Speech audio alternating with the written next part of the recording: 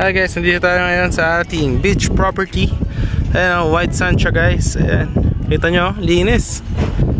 Then, dun yung available na mga lots nandun. So, ayan, pwede kayo dito mag-check-in. Yan, mga kubo. Then, yan, may mga swimming pool, may bar, samgyup, meron ng events place. Tapos, yan, dito pwede kayo mangisda dito. Ayan. So, ayan. So, pupunta tayo mamaya doon. So may mga available lots, no? So yan, kung pangarap mo magkaroon ng property na, alam mo yun, you are here on the beach, so this is definitely the property you should consider. Ayan. So yan, white sand siya guys. Ayan. Alright. Then dun yung access. Ayan. Gagawin yan para sa mga lot owners, no? Dito guys yung CR. Ayan, no? So may mga bathrooms dyan para sa cleanliness ng ating beach. Ayan, dun. Meron din tayo rito ang campsite. Ayan. So ito yung mga CR. Ayan, kita nyo. Ayan, may mga toilet tsaka mga shower. Ayan. So andyan siya. So yung access, doon kasi is sa resort yan, no? But yung mga owners, ayan, dito yung access nyo papunta sa inyong property. Ayan.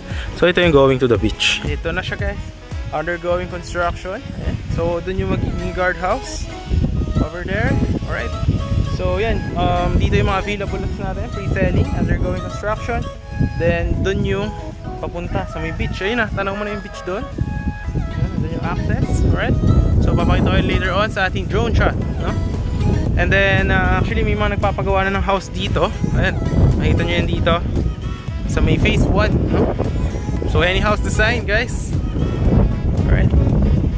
So minimum cut natin is 150 square meter. Ayan. So for you, that's remaining na lamang. So ito yung ano, napapagawa na ng house. Ayan, oh. Ayan. Ayan. So ganda na guys. Alright. Doon yung guardhouse. Ito resort, pwede kayong mag-check-in. May mga pool. Ito na yung ginagawang house na isa. Ayan. So ito yung kalsada. Ayan. So yung mga available lots natin is yun nandun, pre-selling siya. So gagawin pa yun ng mga daan. Alright. Tapos yun natin yung isang house dito. Ayan. Alright, yan ginagawa na guys. Yun, maganda din yung house na yun, no?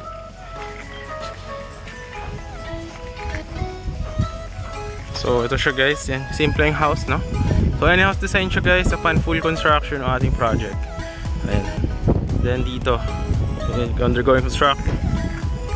So yan, undergoing construction yung mga concrete roads. So may mga available lots pala tayo doon guys. Dyan, 150 square meter. There, meron din. Then meron din doon, dalawa. Doon sa may dulo, meron tatlo. So yan, mga 150 yan. Alright. So ito yung undergoing natin construction. Dyan. Okay. And then yung access guys is, yung access is nandun lang. Yung tinuro ko sa inyo. Pakita ko yung video, sa video dito. And I will also show you yung drone shot natin. Here on 3, 2, 1, here is the drone shot of our property.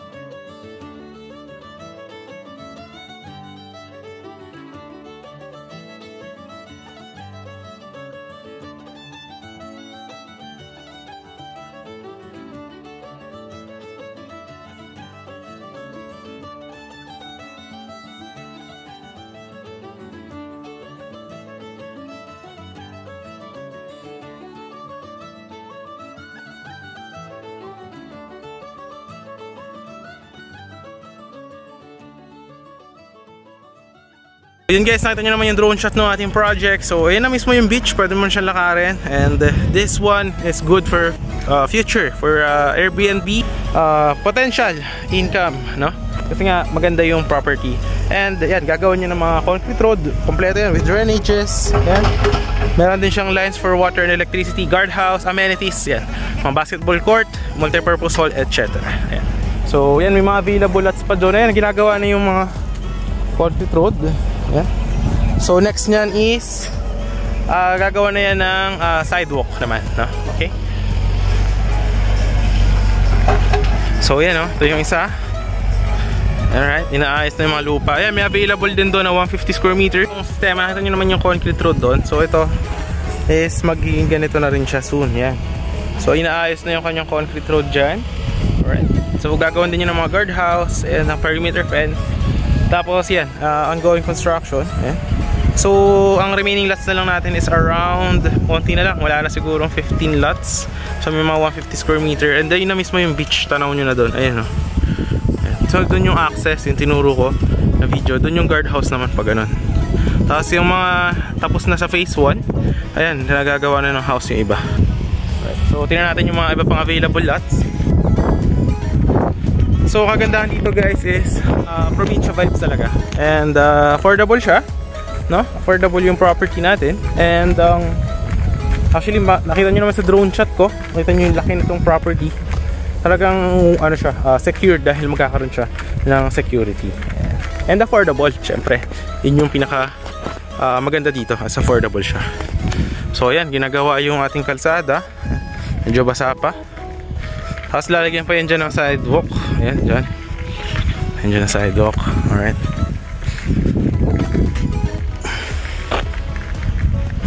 Ayan o, may mga naglalagay dun ng mga inaayos pa kasi itong semento. Nakita nyo yung backhoe para pagka ano, i-level pa yan para maganda yung pundasyon ng ating property. Tapos ito, yan, inaayos na yung mga kalsada. Actually may mga available lots din dun guys, mga 150. Meron din dun sa may dulo kung gusto nyo walang bahay sa likod nyo, perimeter fence. Yan, meron dyan na mga last 4 lots. Yan, doon, mga 150 yun doon. Tapos may available din dun banda, dalawang 150. Dito may mga available 200 pero mga onti na lang. So yan. Tapos dyan gagawan pa yan na kalsada dyan, gagawan pa yan dyan ng perimeter fence doon. Tapos dyan may gagawin din swimming area para sa lot owners. Yan. So ganyan siya guys. PM na lang po, nandiyan naman yung Viber and WhatsApp ko sa may video, no? So yun guys, maraming salamat sa panonood. If you do like to have a piece of paradise here on Calatagan, Batangas, definitely you should consider this one, no? And location niya from the highway is just around 3 minutes to 4 minutes. And if you are from Manila, very accessible siya. If you will be going to SLEX, to Calax, then going here, lalo kapag natapos na yung project nang tinatapos ng Cavite Batangas Expressway. So yan, malapit na rin dito pala yung Little Boracay doon. Pwede ka sumakay ng bangka, so around 15 minutes Little Boracay. Ayun yung sikat na sikat dito sa Calatagan, Batangas. So yun lang guys, maraming sa panonood and ingat po sa lahat. Thanks for watching.